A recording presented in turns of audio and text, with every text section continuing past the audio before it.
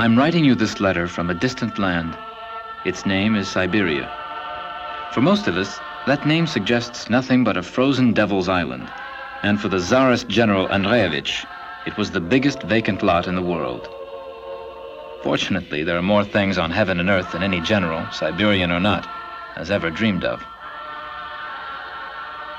As I write, I let my eyes stray along the edge of a grove of birch trees, and I remember that in Russian, their name is a word of love, Berioska.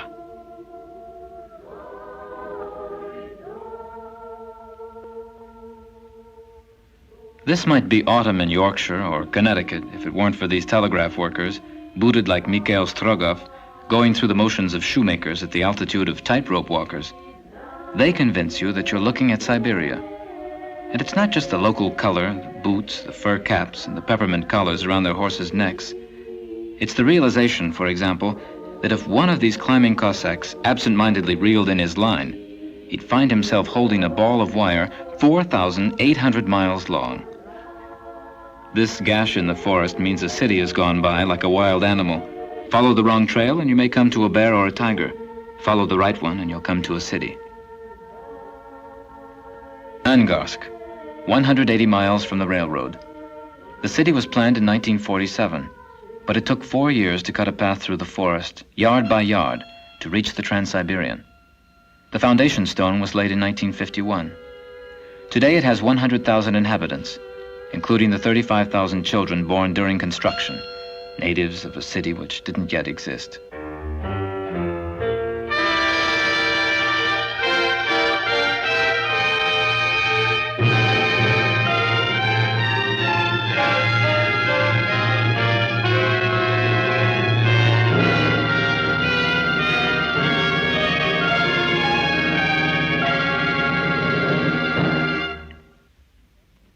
When you've left the last house behind you, though, you're back in the Stone Age forest, the taiga.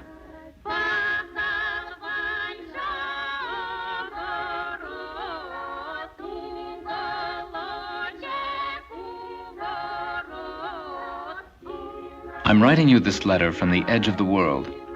According to a Siberian proverb, the forest was made by the devil. The devil did a good job. His forest is as big as the United States of America. But maybe the devil made the United States, too. When he's not busy making forests or states, the devil steals people's souls. Or at least that was how the Siberians regarded death for many centuries. In this frozen ground, corpses never rot. In these graves, which rest on foundations of ice, life and death are separated by nothing more substantial than a breath of air. Bring back the breath, and the body is ready to live again, to come back and share in the slow, chilly existence of the wooden villages, rounding up stray horses, building snowplows, or leading herds on their pilgrimage to milder pastures.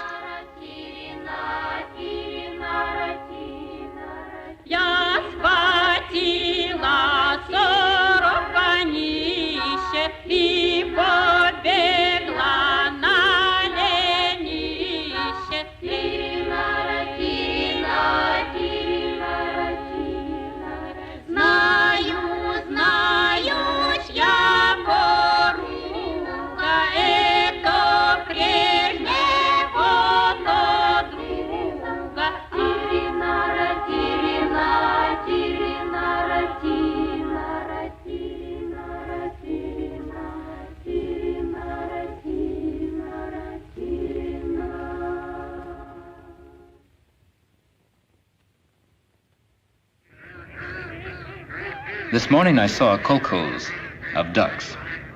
The duck is collectivistic by nature. There are no kulaks among ducks.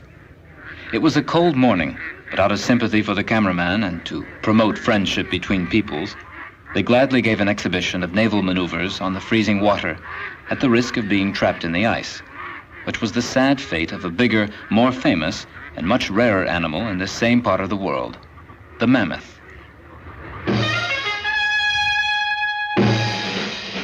The mammoth elephants of old Siberia dreamt of a holiday in Iberia, fleeing the yuccas and the knout.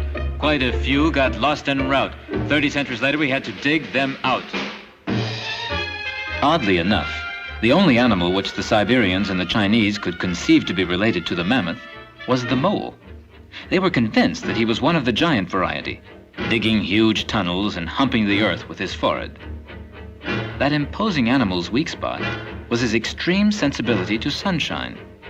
If he was struck by a single ray of light, he died instantly. And the proof of this, said the Chinese, who were strong on logic, was that whenever you met a mammoth in the open, it was dead. Hence the Chinese word for mammoth, chu mu, which means mother of mice.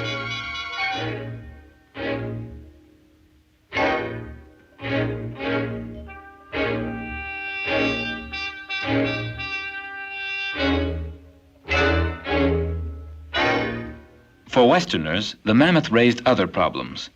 They knew what he looked like. He'd had his portrait painted by some of the most popular artists of prehistoric times. His publicity agent was Father Braille. And anyway, mammoths had always been on good terms with the church. A mammoth's tooth attributed to St. Christophorus was worshipped in Valencia.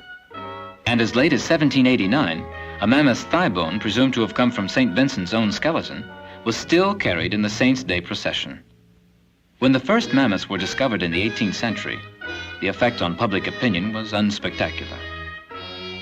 It wasn't until 1900 that the mammoth became wildly fashionable, after hardy pioneers had made forays into the Siberian wasteland and brought back quick frozen mammoths in the flesh.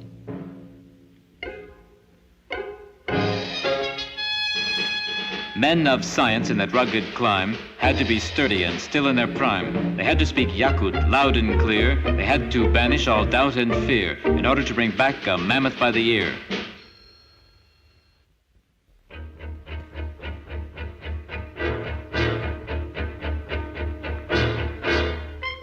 Mammoths generally appeared after a landslide.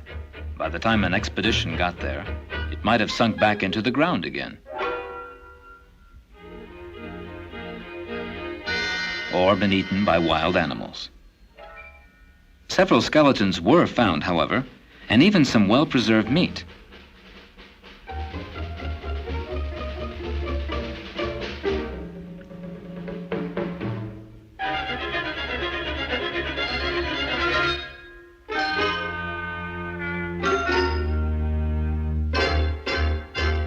Between 1707 and 1908, 18 mammoths and 6 frozen rhinoceroses were found. It was in the faint hope of bringing back at least an incisor that we made the trek to the nearest diggings on the banks of the great Siberian river, the Lena.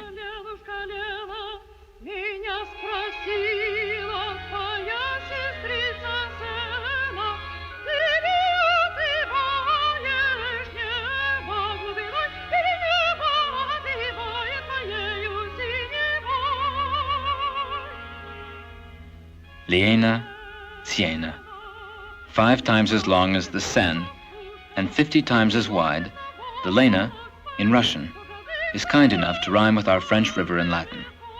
So just picture to yourselves a huge lazy Seine, like an assembly line running backwards, gradually coming to pieces at each new dollhouse settlement until it reaches its destination somewhere up north, broken down into its component parts and spread out over an estuary 120 miles wide.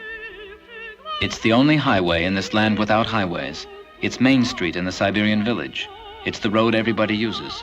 And by the side of the road, asleep under tarpaulins, waiting for transportation, there are city buses, bulldozers, farm machinery, statues of Lenin for culture parks, rocket mock-ups for planetariums, imitation jeeps, and genuine pobiedas. Not to mention the crates of furs from various animals, such as the sable, a nasty little beast that would make you like furs, or the Arctic fox, a sweet little thing that would make you prefer nylon.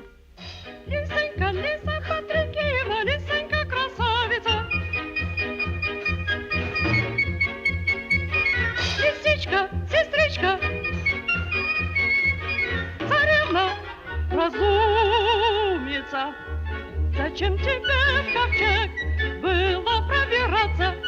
Прошу капитана, придется превращаться. Орел величавый с орлиным полетом. Когда ты придешь, видны твои носки. Козлятка, ты страх они же тебя лучше. Чего тебе кричать, все чур меня, да чур меня, чур меня, да чур меня. I'm writing you this letter from the land of childhood. Between the ages of 5 and 10, this is where we were chased by wolves, blinded by Tartars, and carried away on the Trans-Siberian Express with our pistols and our jewelry. The Trans-Siberian is the longest railway in the world. It has carried away Anton Chekhov, Blaise Cendrars, and Armand Gatti. I felt obliged to gather them all together here, like sacred cows under a canopy of wild ducks, to watch romanticism plus electrification go by.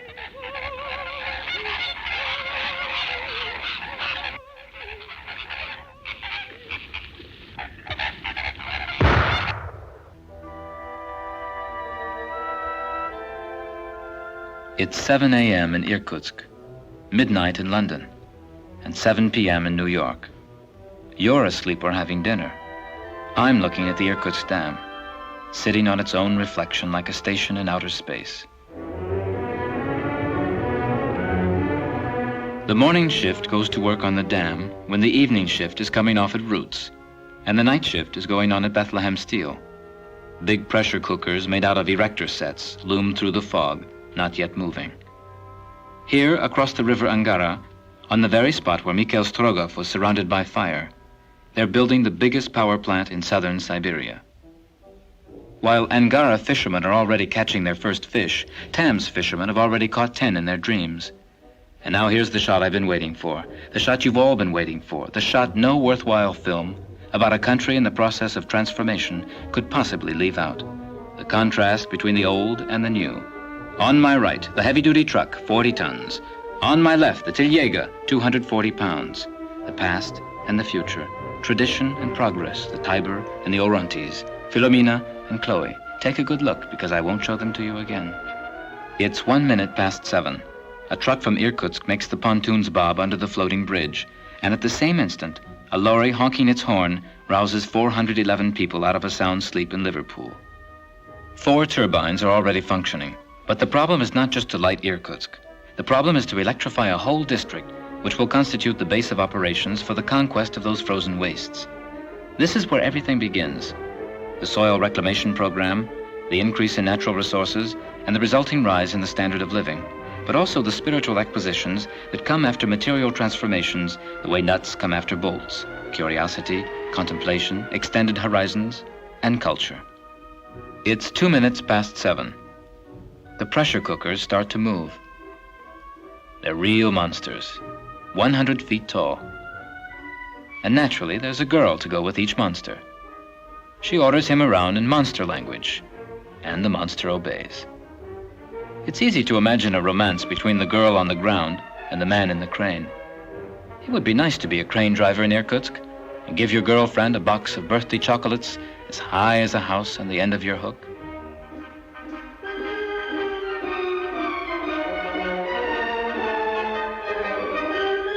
Now the dam site comes to life. Cars wend their way between the cranes like cats playing hide-and-seek in a railway depot. Overhead, the cranes stand aloof, alternately courteous and furious with one another, like a herd of dinosaurs. And the whole dam becomes a spectacular display, combining a Ferris wheel and a naval battle, and the Vili d'Este and a pinball machine.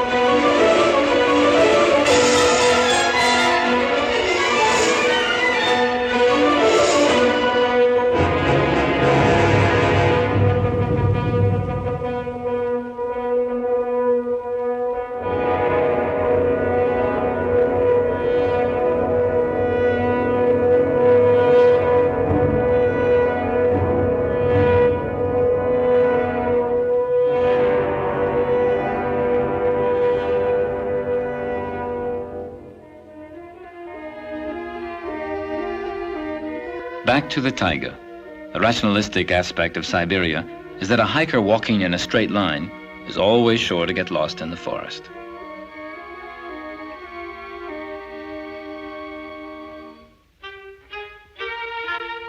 If he walks north long enough, his reward will be 2,250,000 square miles of tundra and ice flow that have to be conquered and transformed. But first they have to be studied. That's the job of Vladimir Melnikov, head of the Low Temperature Institute at Yakutsk. In this climate, winter temperatures can drop to 30 below zero, but it's not for sentimental reasons that Vladimir has an electric fan on his desk. In summer, they climb to 110. In Siberia, the weather jolts you, so do the roads. But cars are insanity when you've got a handy conveyance that suits the terrain to perfection. The reindeer.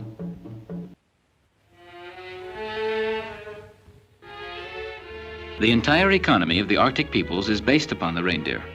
It serves as wheat, flax, rowboat, Christmas tree, medicine chest, and sacristan, all rolled into one. When gelded, it serves as a horse and is allowed to keep its beautiful satiny antlers, whereas the foolish males cut theirs to ribbons. Мой олень, оленюшка правильный, друг и птичек, и совы, они садятся на твои стволы и вьют в ветвях и гнезда. Счастлив, кто дубами богат, счастливей тот, кто птицам друг и брат. Мой олень, рождественская елка, распорядитель торжества, на праздники совы птиц, то канделябры, то рога. Олень бурый, на бурой ты равнине, как засохшая кровь на павшей листве.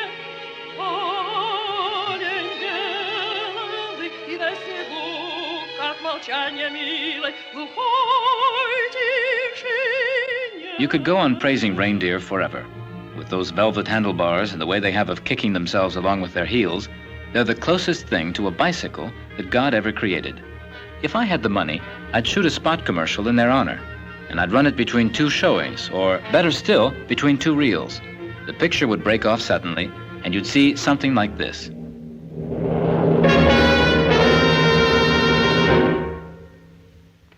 We interrupt this film not to sell you some new miracle product, but to remind you of an ancient, irreplaceable product to end all products: reindeer. They make fine pets.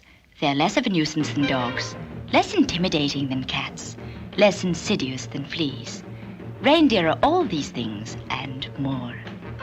Are you dissatisfied with your car? Reindeer will transport you. Are you dissatisfied with your tailor? Reindeer will dress you. Are you dissatisfied with your doctor? Reindeer will look after your health. Are you dissatisfied with your interior? Reindeer will redecorate you. Are you dissatisfied with your destiny? Reindeer will bring you luck. And don't forget that for young and for old alike, reindeer are wholesome food, chock full of life-giving chlorophyll. Housewives of the world, wherever you may be, in Moscow, Rome, New York, Peking, or Paris.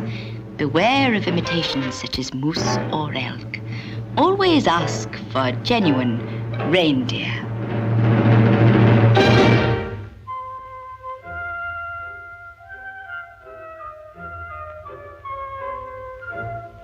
We followed the reindeer to the Evenks camp. Evenks, as you all know, are Tungus's. Reindeer and Tungus's have always been associated, but it's a question whether Tungus's like reindeer because they're useful, or whether reindeer like Tungus's because they're light. For centuries, Tungus's and reindeer were nomads together, but now all that's changed. With the wisdom that would have done credit to King Solomon, they've been assigned home bases. They may not show up there for years on end, but they've nevertheless graduated from the dubious category of nomads into the respectable one of householders on the move.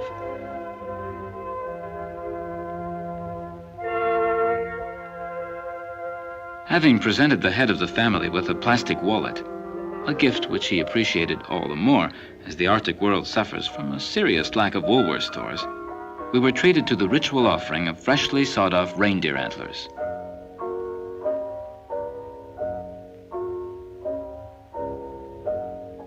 But don't waste your pity.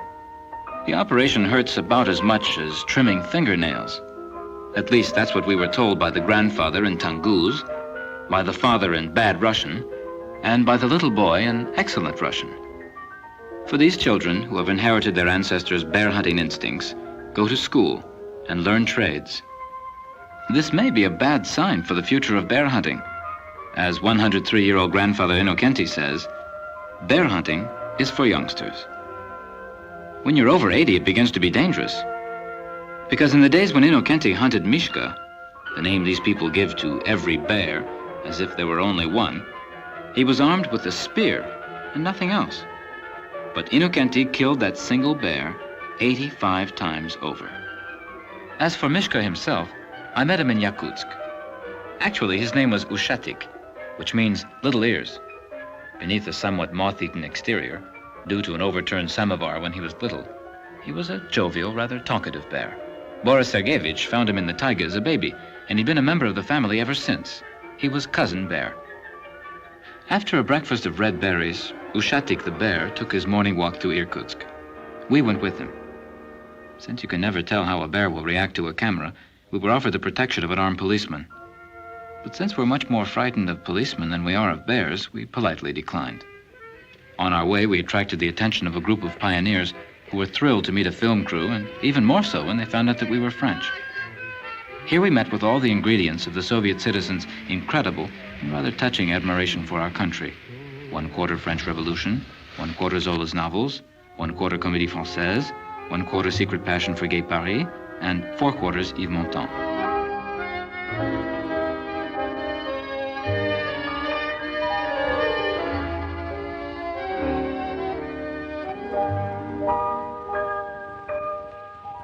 Задумчивый голос Монтана звучит на короткой волне,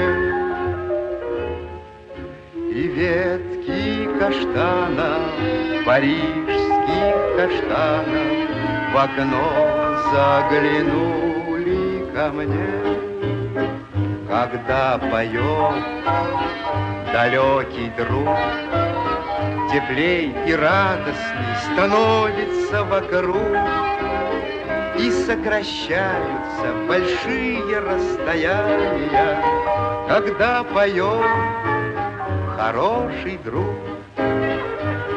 Влюбленные кружатся пары, и молодость дружит с певцом, и музыке вторят большие бульвары с московским садовым кольцом. Quand on écoute l'ami lointain, de bonheur et de joie nous emplissent son refrain, и сокращаются большие расстояния, когда поет далекий друг.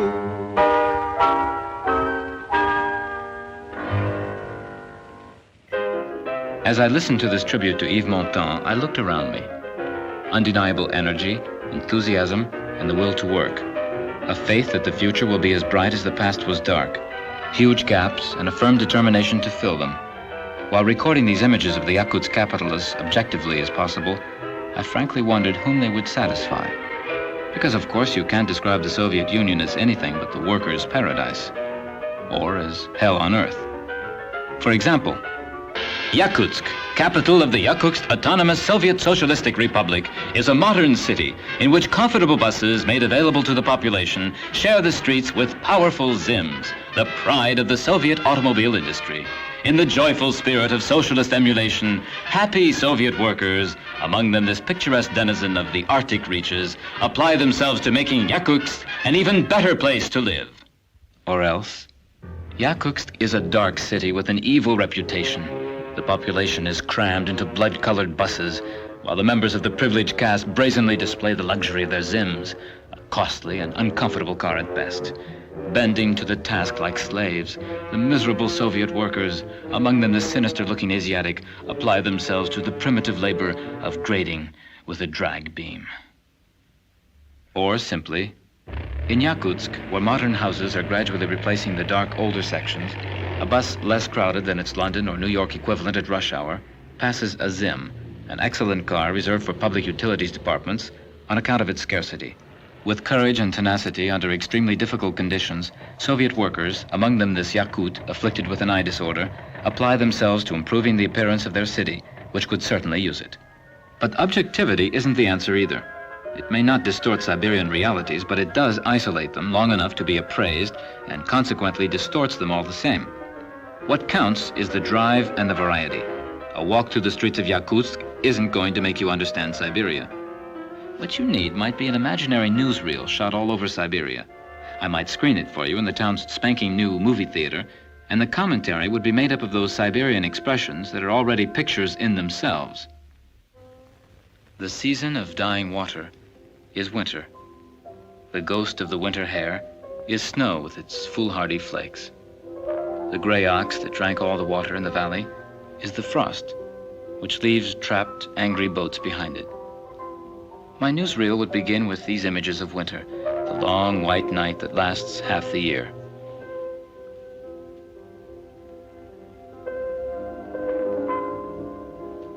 A weather balloon would take you high over the Verkhoyansk Mountains, the coldest region on Earth, with a temperature of 92 degrees below zero and a population of 8,000.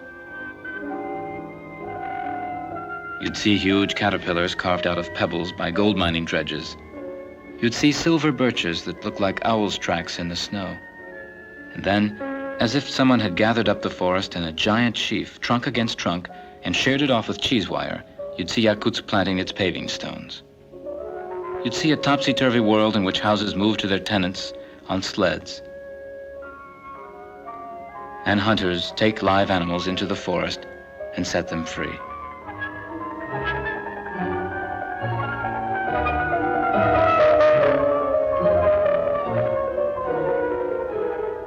A year from now, the hunter of the streams will kill the beaver he's fondling today. A year ago, the trapper of the tundra was playing with the silver fox that he's going to snare. There's not much time to be sentimental over animals whose furs are a natural resource. For centuries past, the country's only one. Actually, there were others, though. Siberia has turned out to have been a poor man sleeping on a mattress stuffed with gold. The problem was how to get at the mattress. And now for the Siberian version of Diamonds Are a Girl's Best Friend. Larisa Popugaeva is a parachute jumping geologist who was dropped into the middle of the taiga in the spring of 1954 to look for a blue layer. After 4 months spent enduring the unendurable, she made her strike, and they wound up with diamonds. The deposit is richer than any in South Africa. To look for gold, they drown the land. Before the dredges scoop up the ore and carry it away, a kind of firemen dressed like Nantucket whalers let fly at the soil with hoses. The real firemen are dressed like aviators. Because when there's a fire in Siberia, it's most likely to be the forest, that other great natural resource that's burning up. And when there's not enough rain to put it out, they make it rain firemen.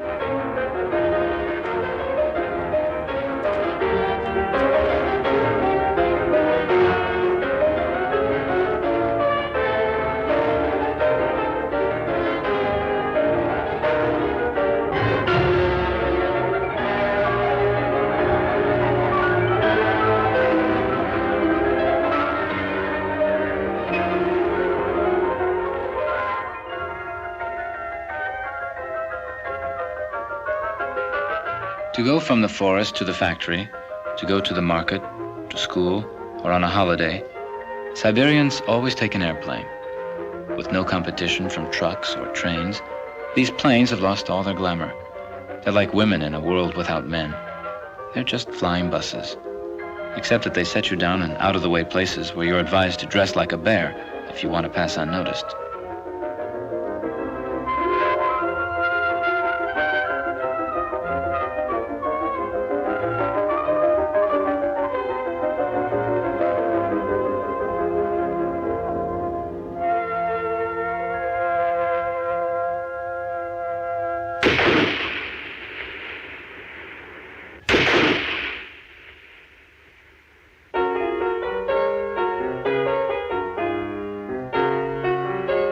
And then I'd show you the Yakuts. Now don't get the idea they're distant cousins of Nanook of the north. They've got their artists and surgeons, their writers and bards. In very ancient times, the wise Eli and the daughter of the mighty Omogoi joined in matrimony to produce the first Yakut. But most of all, I'd show you the spring festivals when the dancers whirl, the curdled mare's milk flows freely, and the old shamanic poems are revived.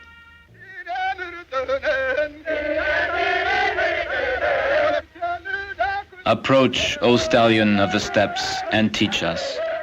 Come forth, magic bull of the universe, and answer.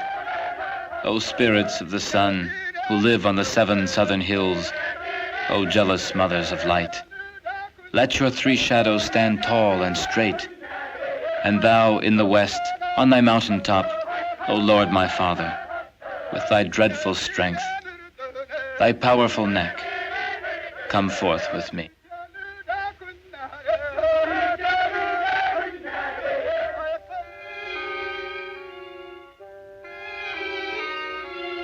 I'd show you the whirling dervishes of the spring thaw and the routed armies of winter retreating under insults, while the whole pagan people invents the resurrection. I'd show you reindeer coming down to meet the rising tide of warmth. And further north, the last days of winter, when the reindeer shows an athletic streak I'd forgotten to mention earlier.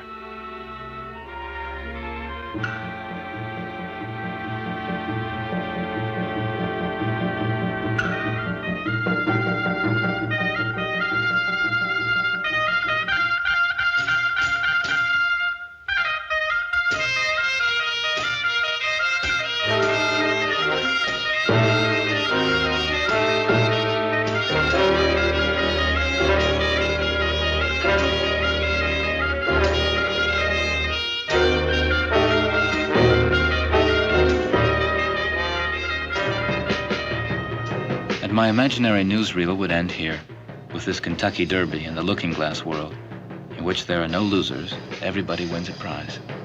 The most treasured prize of all, undoubtedly being the return of summer and its companion, color.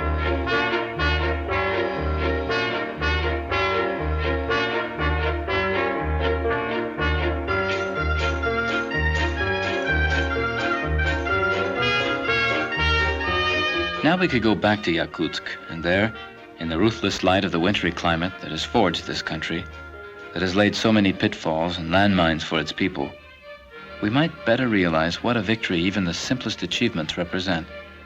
Houses protected from the cold, schools, libraries, and all the other things which they point out to us so proudly we can't help smiling. And yet, our irony may be more naive than their enthusiasm.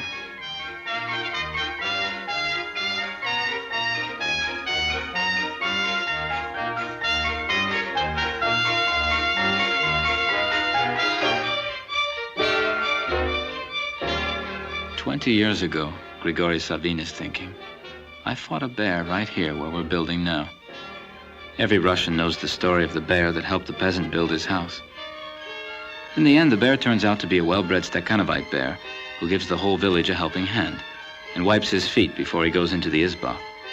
The tradition must have died out, though, since this is where I came across my friend Ushatik again, having a swim in the river.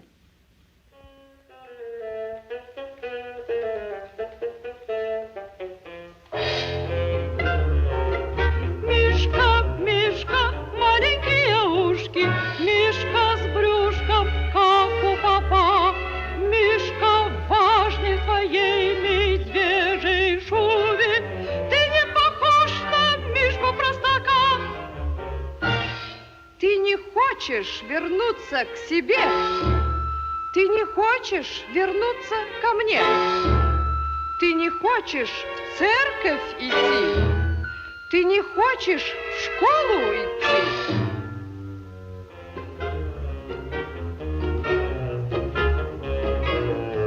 Ты по улице хочешь гулять и гостинцы ребяткам раздавать?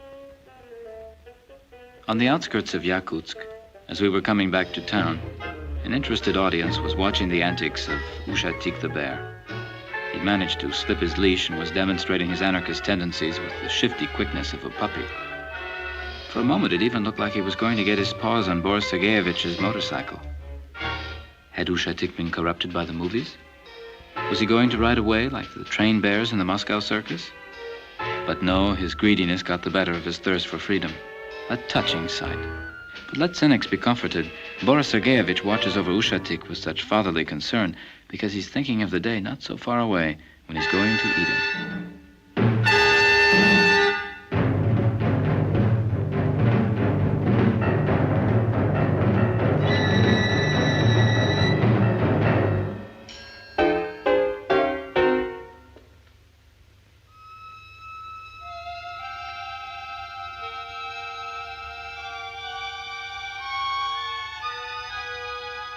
I'm writing you this letter from the land of darkness.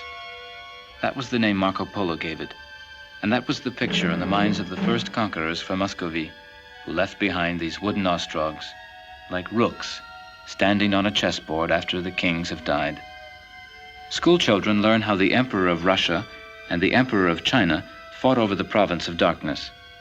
Since neither of them knew the other's language, the final treaty was drawn up in Latin by two Jesuit priests, the only ones who could understand it. Christianity got very little out of that transaction. One more evil spirit in Siberian legends named Jesus Christ is the only trace left by the interim rule of the popes between the shamans and the commissars. From this point on, the work of today's builders runs parallel to the older themes of Siberian mythology and the underground journey of the black shaman. The men and women who've succeeded in making stone houses stand upright on the Siberian soil have made that journey too, and for the same reason.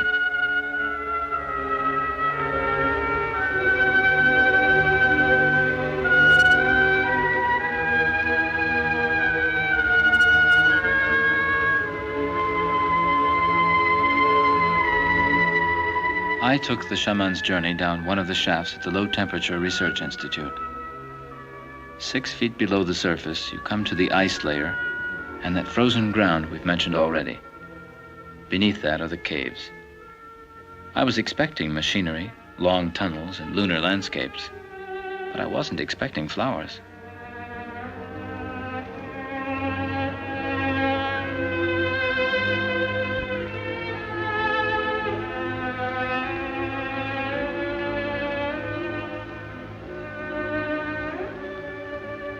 Preserving flowers until springtime is merely an attractive sideline for these technicians. In their spare time, they've invented a frigidaire for nostalgia.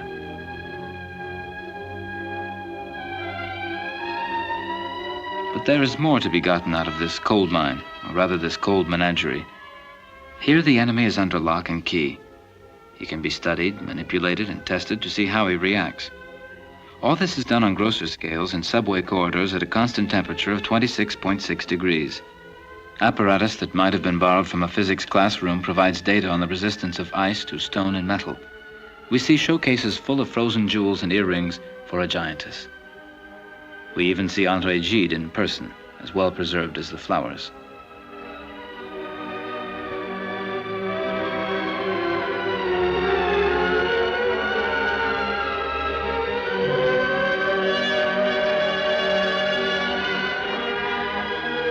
The walls and ceiling of the mine are carved out of sand, solidified by the freezing temperature, which acts like cement. But at the slightest touch, they crumble to dust. Seen from close up, they are nebulae of seashells. Not so long ago, the ocean was here. However, it's the future that makes the low-temperature experts' heads spin. They believe that man will find hospitality beneath the surface of this hostile land. Their laboratory experiments are the working model of an underground universe straight out of science fiction. Like all Russians, they've read Jules Verne and are getting ready for the journey to the center of the Earth, just as their colleagues, the astronauts, are giving the kickoff from Earth to the Moon.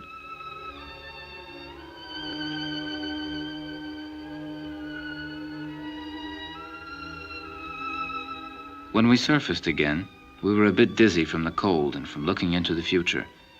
We pictured to ourselves the Yakutsk soccer team playing host at last to a team from Odessa or even Marseille in an underground stadium with electronic referees that go tilt whenever the fans boo. There'll no longer be a season for soccer and a season for track, but perpetual springtime for all things. including the culture parks, those playgrounds for adults which winter also empties of their visitors. Culture is what's left behind when everyone has gone home.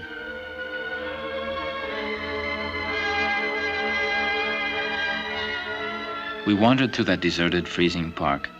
We looked at the posters announcing the last movies of the season.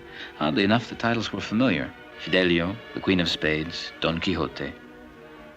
A little gypsy wind was scraping our bones, and in front of the library, the statue of Ordzhonikidze, bolted to its pedestal like Ulysses lashed to his mast, looked as surprised as we were to see a strange visitor at the far end of the path, a black horse with its legs hobbled. Ordzhonikidze had been deported to Yakutsk before becoming its protector. Had he also become the guardian angel of escaped horses seeking refuge in this windswept cathedral?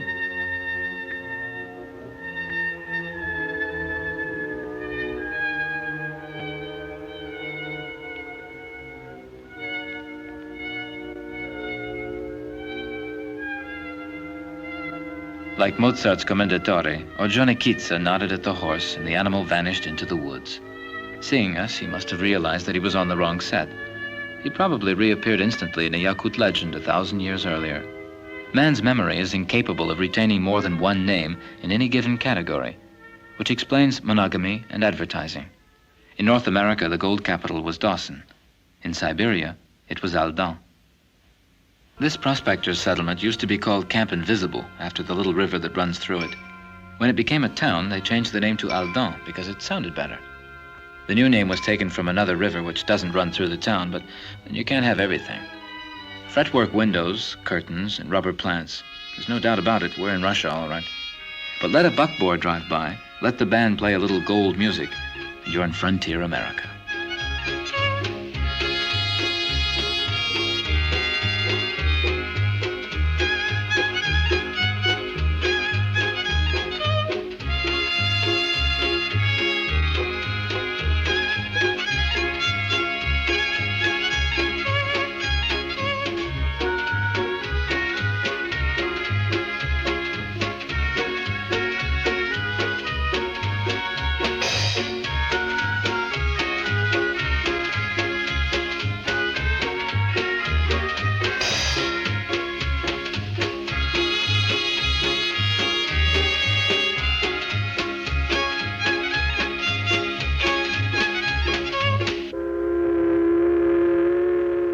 Siberia had its own gold rush.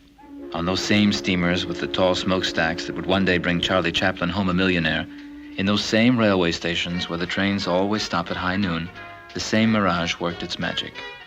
If you'd already struck it rich enough to buy a ticket on the Trans-Siberian, the first part of your journey was relatively easy. In fact, it was downright luxurious. The Trans-Siberian, with its drawing rooms, kitchens, bathrooms, pianos, bedrooms, and chapel, was a kind of castle on wheels, and it had two advantages over most castles.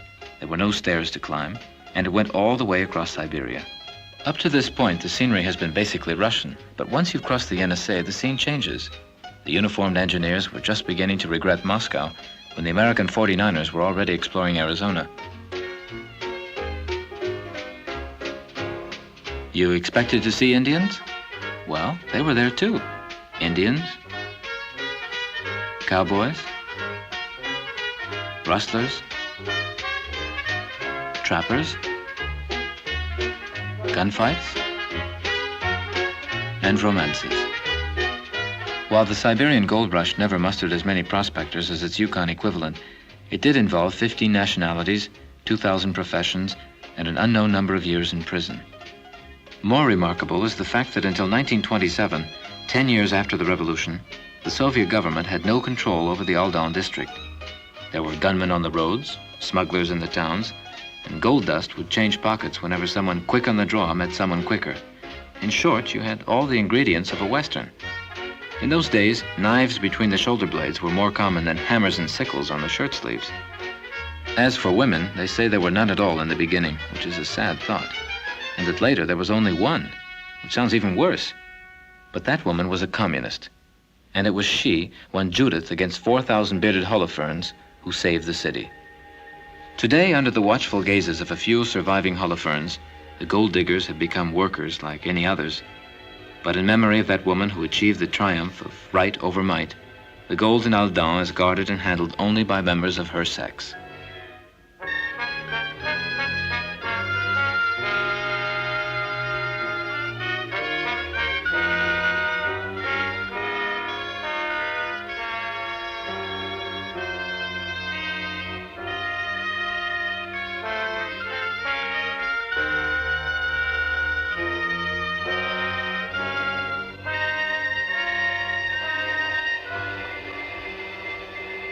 After countless doors, keys, armored plates, and strong boxes, we were finally going to see the gold. We saw it. Here it is.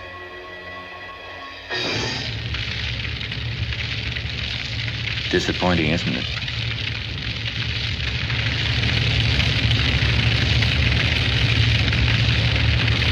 As I said before, there are two ways of finding gold. It's like catching a thief.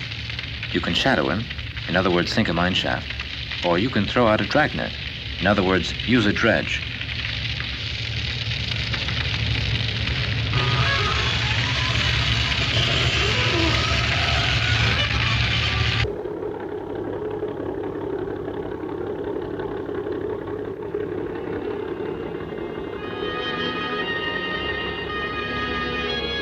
But there are also the rugged individualists. They remind me of the old-time cross-country bicycle racers before the sport became organized. You'd see them wandering around town at every halt with their bikes on their shoulders looking for a hotel or a repair shop. Similarly, but in their case deliberately, the last gold diggers shun organization and security. Their technique is the same as the dredge. They use the old California sluice gate, which deposits the gold in the bottom of a gutter. But the dredges bring up more gold in a day than these men do in a year. If they became workers, they'd earn more and live far better. But they want the gold. The Yakut princesses were buried wearing solid gold rings set with tiny scraps of iron, a far more precious metal in those days. And when I jokingly asked a worker if he wasn't tempted by the nuggets in his care, he answered quite sincerely, "What for? I don't need any false teeth." These are two examples of the same healthy indifference before and after a short bout of fever. But the lone prospectors have never gotten over the fever, and perhaps they never will. Tolerated at times, outlawed at others, they live in the wake of the dredges like gleaners on the heels of harvesters. Sometimes they're drafted for menial work, but most often they're left to their own devices. They may well be the only Soviet citizens not to benefit from Social Security, pensions, and free medical care. There is no earthly reason for them to go on. Do they have some higher motivation? I'm not so sure. There is scarcely more freedom in their individualism than there's gold in the mud they sift. However, they've been handling them both for so long now that at times they forget which one they're looking for. And perhaps in the last analysis, they're not prospecting for gold at all, but for mud.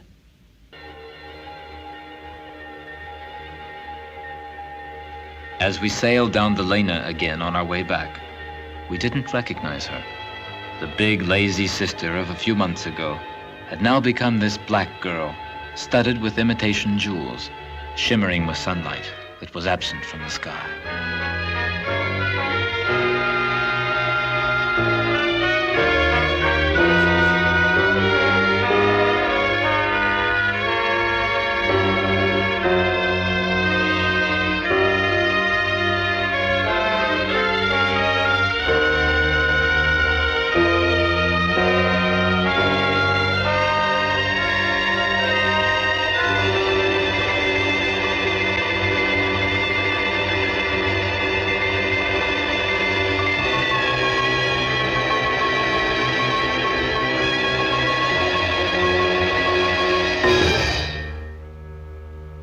At nightfall, however, the Lena recovered her magic powers.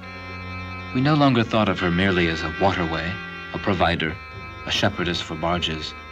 She was Lena the healer, the enchantress, the cradle for monsters.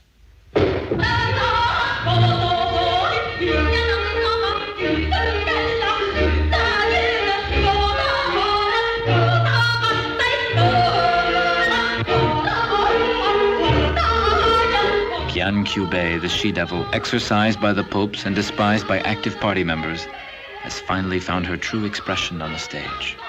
and the gods, devils, and heroes of Yakutsk, whose presence we sensed lurking behind everything that had thrilled us in Siberia, lived again before our eyes in Yakut opera, side by side with the towering shadow of Nirgun Butor, the legendary hero who overcame the forces of nature to liberate mankind.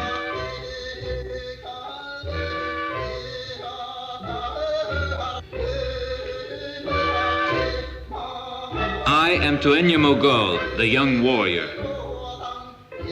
Irion Volan has captured my bride, Torima. Her body lies in chains, and the old miser of the ice floe has her soul imprisoned in a leather purse. Yet I will set her free. Neither the wolf nor the otter, neither the inquisitive fox nor the impartial bear, nor the luminous spider spinning her web in the northern sky shall stop me. I will wave my spear at the constellations and drive before me with my whip the cowering snow.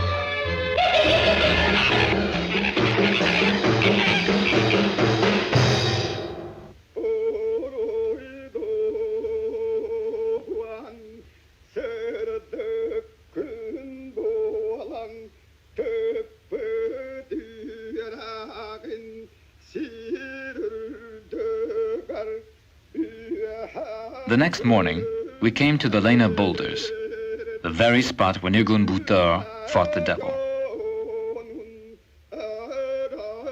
And suddenly, a chance landing brought us face to face with a magic larch tree on which the people hang ex-votos. Thus, only a few miles away from the Economic Planning Office, and apparently not endangering in any way the construction of socialism, men offer up humble objects to an unknown god.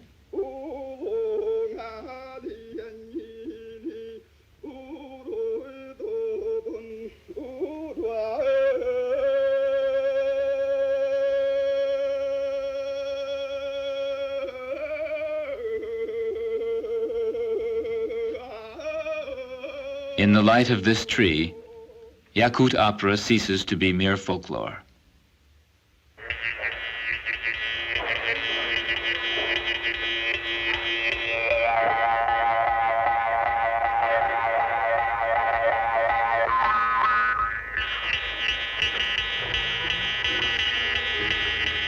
I am Cuyus, the mother of Tuarima. My husband is rich, and I have costly furs. But Uriun Volan has stolen my dearest fox, and since thou hast gone from my side, thy sharp teeth, O fox, gnaw endlessly at my heart.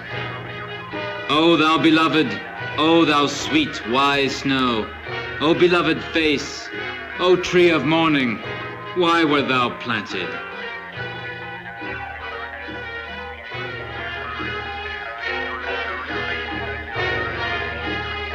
On the banks of the Lena, the heroes gather for the quest. Soruk Bulur, Ai Umsur, Aneskel. These knights with names like swords are the Lancelots and the Galahads of an adventure that will take them all the way to the pole. Lacking a compass, they have Nirgun Butor's symbolic arrow to guide them like a star.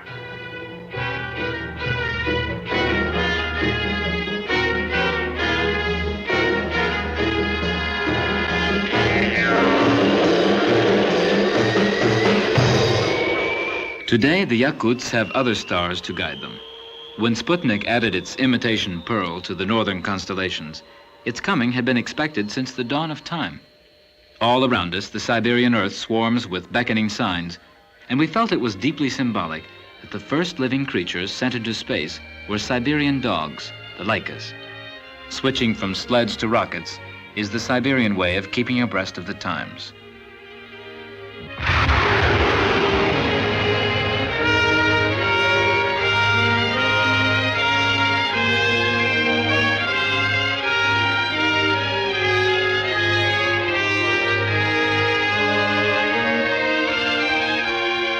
I'm writing you this letter from a distant land.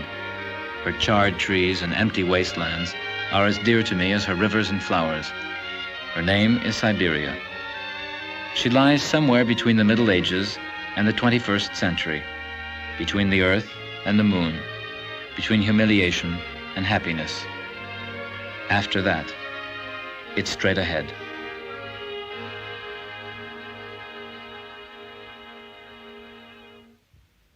This film was shot at Yakutsk, Irkutsk, Angarsk, and Alden on the Lena and Angara rivers, on Baikal Lake, and in the Siberian taiga, with friendly collaboration of the inhabitants,